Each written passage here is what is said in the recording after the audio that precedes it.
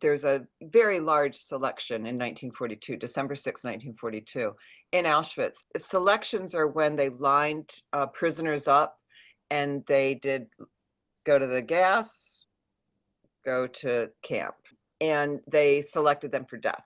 They killed 10,000 women. The women, the girls, they were all naked. They stood outside naked for 12 hours. Heather Dune Macadam, welcome to CNN News 18. Thank you so much. I'm glad to be here. Thank you. Heather, the documentary 999, The Forgotten Girls, will be screened at this year's Red Lorry Film Festival. It's directed by you. This festival, of course, will be held in Mumbai and Hyderabad between March 21st and 23rd. The film, of course, reveals the hidden story of 999 unmarried young Jewish women who were registered for the government service in a supposed shoe factory and ended up in Auschwitz, which was a Nazi concentration camp. What are you hoping the audience will take away when the film will be screened here in India? I it's a tough subject, but I'm really interested in creating a story, telling a story, I mean, that is inspiring, that speaks to women's and girls' rights, as well as our importance on the planet, and is, you know, I do a lot of work with teenagers in America and going around to schools, and I feel that these women are such great role models for young people today, but also just for everybody. They go through so much, but they work together, even as teenage girls. You know, they realize that they have to, it's a sorority of survival that they discover. And while not all of them can survive or do survive, those who do survive tell us this incredible story about their friends, their sisters, their cousins, and how they helped each other survive. How has been the response to the film when it was screened at other film festivals? It has been also winning many awards. Yeah, it's been really exciting. Audiences really do connect with these women, and you know, even though they're 90 in their 90s when I spoke with them, you know, there's a teenage girl inside of them, just like there's a teenage boy inside of you. You know, we may look older, but there is that teenage self inside of us, and I think that that we connect to these women in a very, very personal way. I think one of the things that audiences really connect to is that this is a multiple narrative story. So it's not just one person's perspective, where I weave together these stories in a tapestry to tell you about the transport, but also about 1942 Auschwitz women's camp, which nobody has researched or really looked at until I came along and took it on as my mission in life. So then, like you said, nobody knows about this story, or not many people know about this story. Then, how did you come across the story of this 999 girls who made up the official transport of Jews to Auschwitz? So I was an undergraduate, and I learned about a woman who wanted to tell her story. And her, I've got to move my, her book was Rena's Promise. And I wrote that as an undergraduate. And Rena was on the first transport. And I couldn't believe that I'd never heard about it. And I went into the archives at my university, and sure enough, I found evidence that it was true. So we wrote her story. It came out in the 90s, and then I was living in Europe, and I realized that it was the 70th anniversary of the first transport, and I could get to Slovakia super easy. It's not easy from America, but from Europe, Ryanair, EasyJet, you know, it was like $14 to get to Slovakia. And I decided I would go as in honor of Rena. And I got to this little town underneath the mountains, the high Tatras of Slovakia. It's called Poprad. and I discovered that there was a plaque at the train station, and there were ceremonies. The Prime Minister of Slovakia was there, and there was also another survivor. And I didn't know anybody was still alive from the first transport. And that's Edith. Edith was 92 at the time. She lived in Toronto. I live in New York. I like to joke that it takes me longer to get to the airport than it does to fly to Toronto.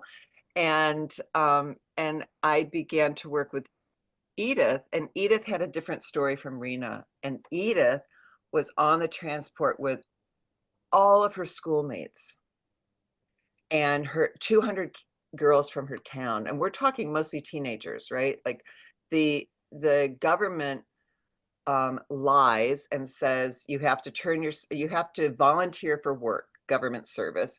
So all of these young girls go, oh, this will be really great, we're going to make money for our families, we're going to help our families.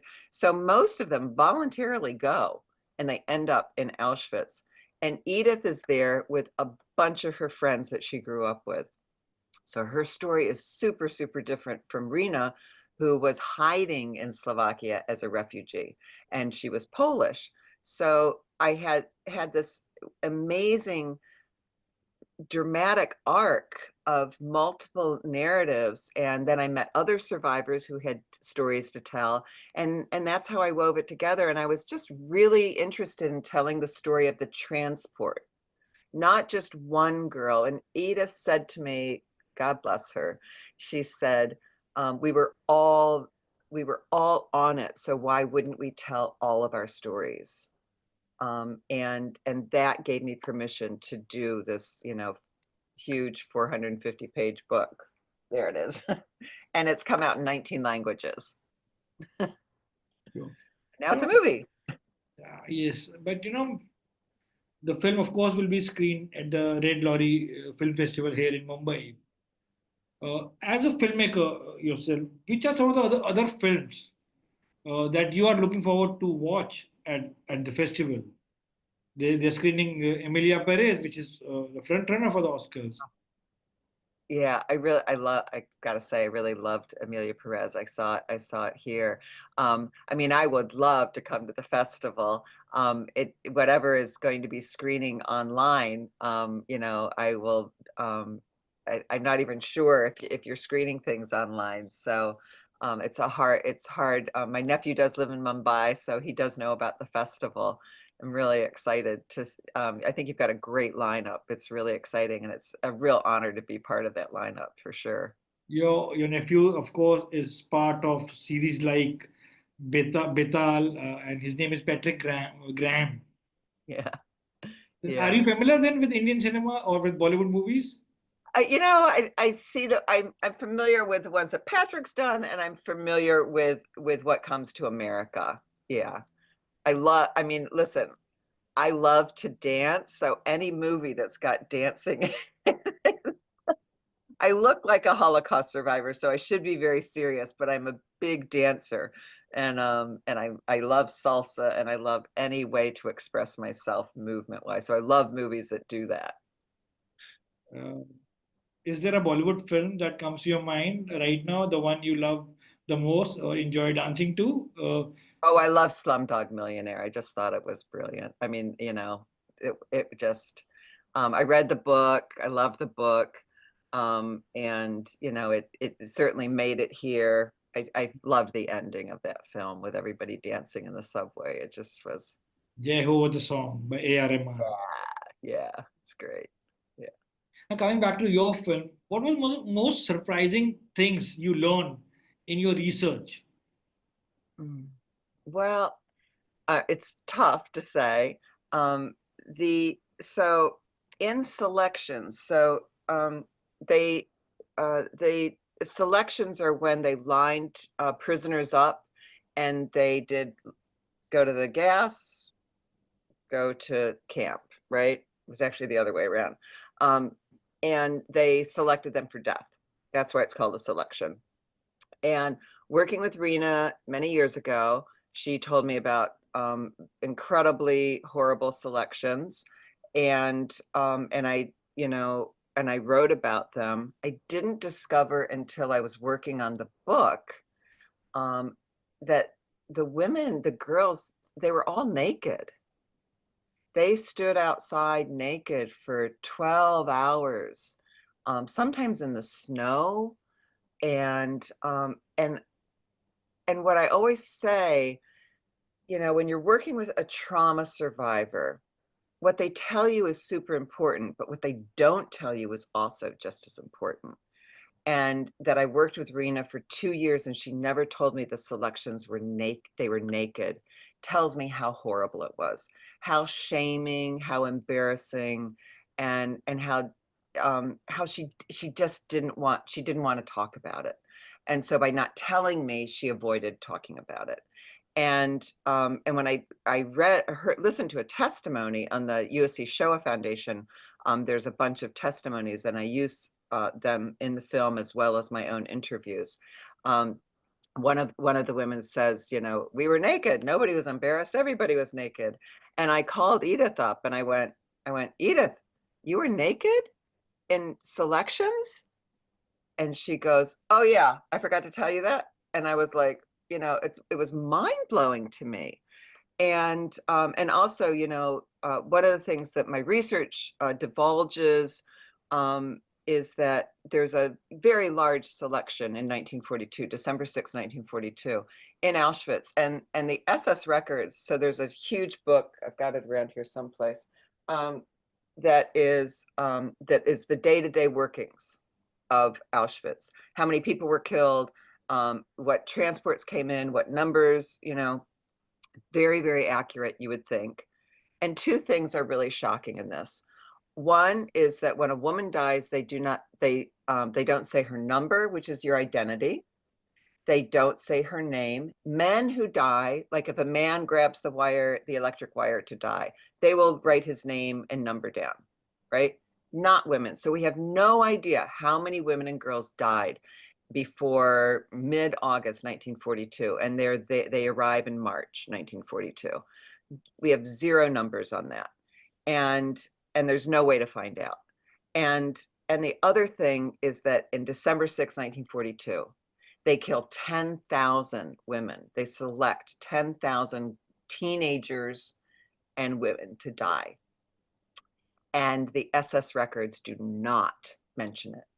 They mention 2,000 a couple of days earlier, but that 10,000 is not listed. And every single survivor I've ever spoken to, and male survivors who were in the camp at the time, witnessed it, wrote about it. Rudolf Verba, who escaped from Auschwitz, writes about it, but it's not documented.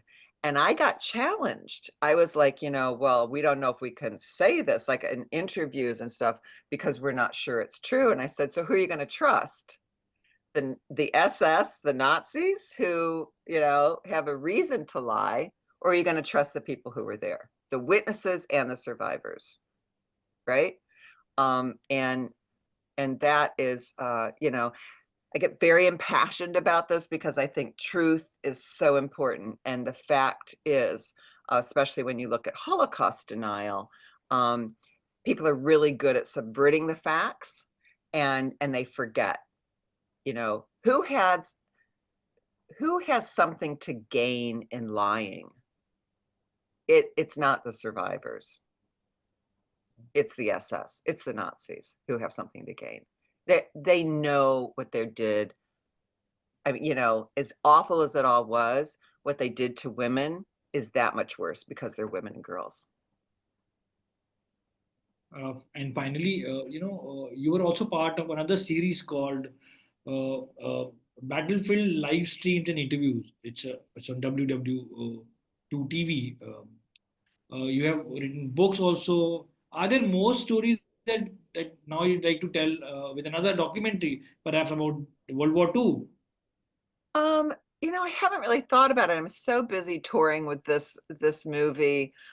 Really, filmmaking is tough.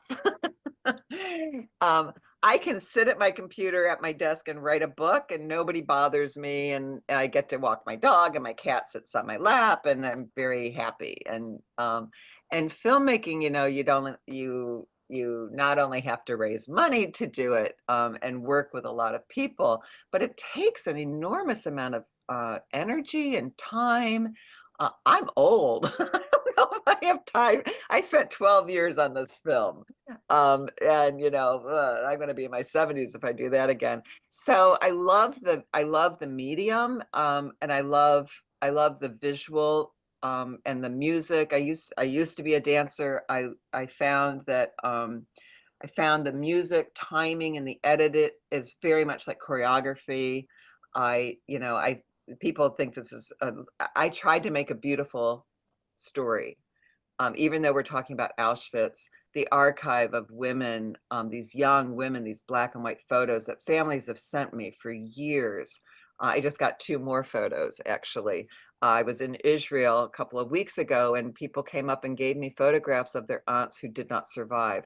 So I'm trying to create um, a document of photographs of women who did not survive, girls that did not survive, so that we have their faces and we can see them. At the very end of the film, we have a roll of name. There's a list with 999 names on it, and it goes up the screen, and every single face behind that is a girl who did not survive the Holocaust and the transport. And so, I'm trying to create a memorial because I think it's so important that we recognize their place in history, especially because they've been ignored for so long. Well, with that, I want to say thank you so much for talking to me, and all the best. And looking forward to watch the documentary 999, The Forgotten Girls, at the Red Lorry Film Festival here in Mumbai. Thank you so much, and all the best, Heather. Thank you so much. Thank you. I Thank, appreciate it. Namaste. thank you. Thank you. Shalom.